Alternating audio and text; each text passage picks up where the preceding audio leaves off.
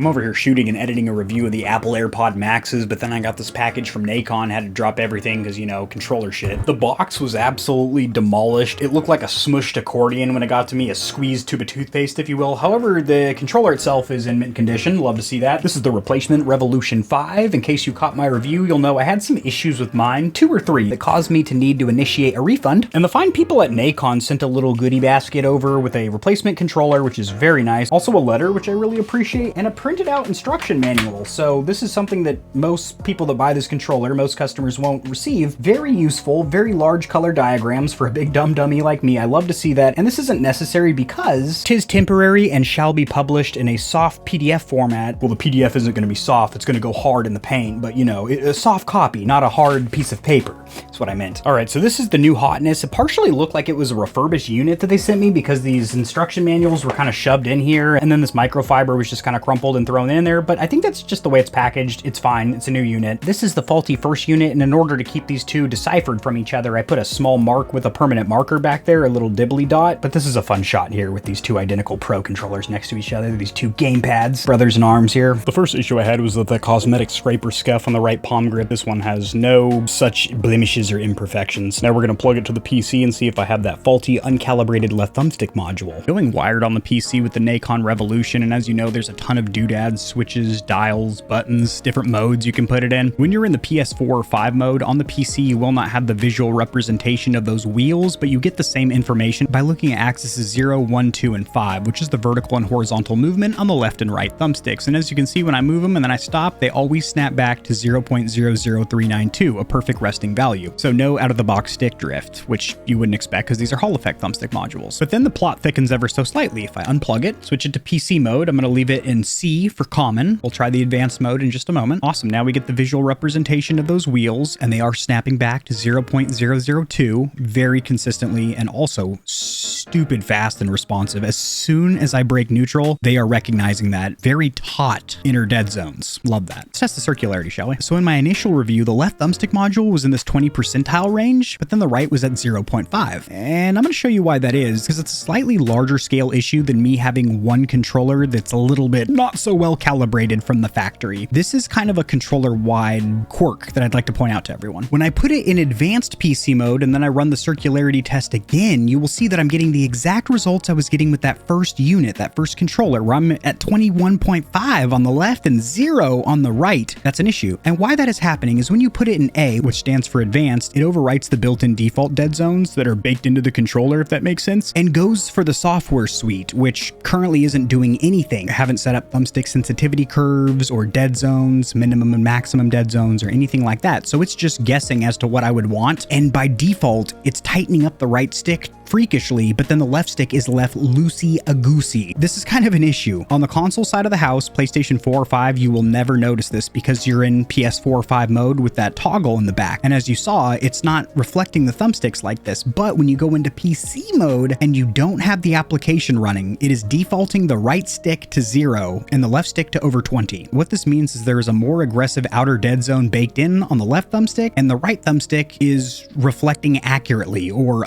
raw, as somebody recently so eloquently put it. Just a quick sidebar to clarify that for all of the Stallions and Stallionettes. Raw mode really only applies to the GameSir G7. If you even do a Google search for controller raw mode, the result you're going to get is a Reddit forum about the GameSir G7. It's two guys going back and forth anyway. If you hear people talking about raw mode on controllers and stuff, just nod along and smile. That's usually what I do when I hear these crazy wives' tales or misinformation just dug up out of the woodworks. Sometimes I correct it. Other times I hear so much that I just have to nod along and be like, yep, you got it, brother. That's it. Yeah, raw mode is the GameSir G7, and it has to do with a specific mode that you can put that controller in.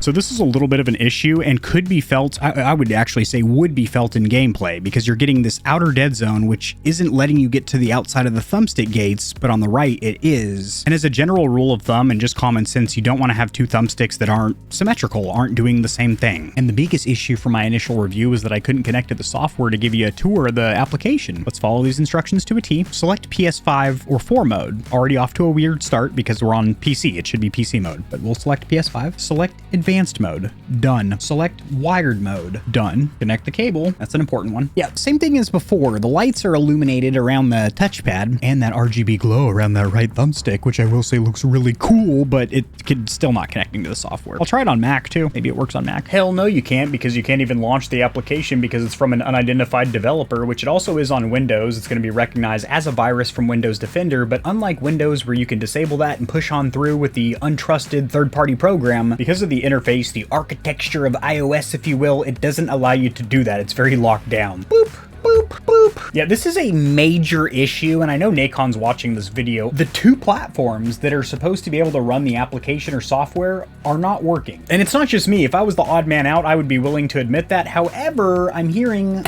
around the grapevine, this is ERRY space BODI. Everybody. Correct.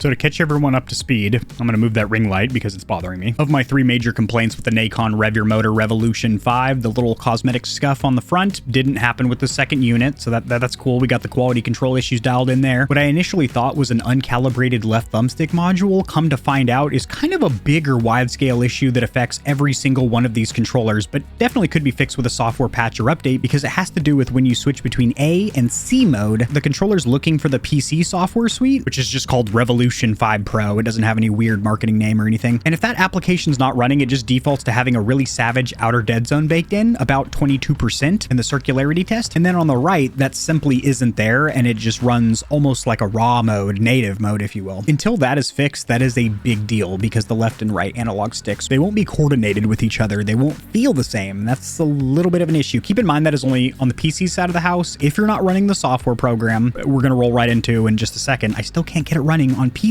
up with the latest updates, or the MacBook, the old Smackintosh. Well, the only 2 platforms where you can get the software suite, Windows and Apple, don't work right now. It does not currently work. My full in-depth review of this controller is linked in the description below, which I strongly recommend you check out because I break it down component by component, part by part, face buttons, D-pad, triggers, bumpers, rear buttons, warranty, all that fun stuff. And I will say, minus the issues that I brought up in this video and the issues that caused me to need to initiate a refund in the first place, this is actually a decent controller. I wouldn't go as far as to say good, or certainly not great, or wonderful, or pristine, prestigious, my liege, my lord. I'm not going to be bending the knee to this controller anytime soon or anything. I want to thank Nacon for sending out a replacement. However, the customer support that I experienced was because I'm a content creator. They saw the review, heard the negative comments I was making, tried to do a little bit of damage control by sending out a unit. Now I had on my own, just as a normal dude, tried to apply for a refund, and Nacon was going to charge me shipping of the broken unit, the defective unit, to their warehouse. However, it was going to be refunded once they received the controller, which would probably take weeks because it was being sent to France, I believe. Not where I'm at, that's for sure, not Florida. So you'd be without your $200 Pro controller that entire time while it's in transit. Then they inspect your controller, try and deem if you've done something faulty or if it's manufacturing defects, and then send you out a replacement. So I really don't like that aspect, that it's really hard to apply for a refund or any kind of customer support through their website. I showed that during my initial review at the end, and I'm going to mention that again here. I got a little bit of special treatment because I'm a content creator, and you know, I see that and I understand that. Having said that, with a future patch or update, it will fix that circularity issue, which isn't even a huge issue because it's not recognizable on the PS4 and 5, which a lot of people are picking this controller up for. It's only on the PC, only if you can't get the software suite open, which, by the way, a couple people actually have got it working. A lot of people have not, including myself, but I have heard that there are some people that are having no issues with the software, and that's awesome. That's fantastic. But even past all these issues, these quirks, these problems that I've had with this controller, even just looking at it as a working gamepad and comparing it to other working gamepads in a similar price point, Pro controllers, if you will, it's not a terrible gamepad. If you got it for Christmas or something, don't beat your aunt's ass for buying it for you. Thank you, Aunt Millie. I will use the shit out of this gamepad. But she doesn't know that you're watching GamerHeaven reviews, secretly shopping for another Pro controller on the side. Drop in the comment section below your opinion of this controller or what you're using to play on what platform. What are you playing on and what are you using to do it with? And I'll see you Stallions and Stallionettes tomorrow.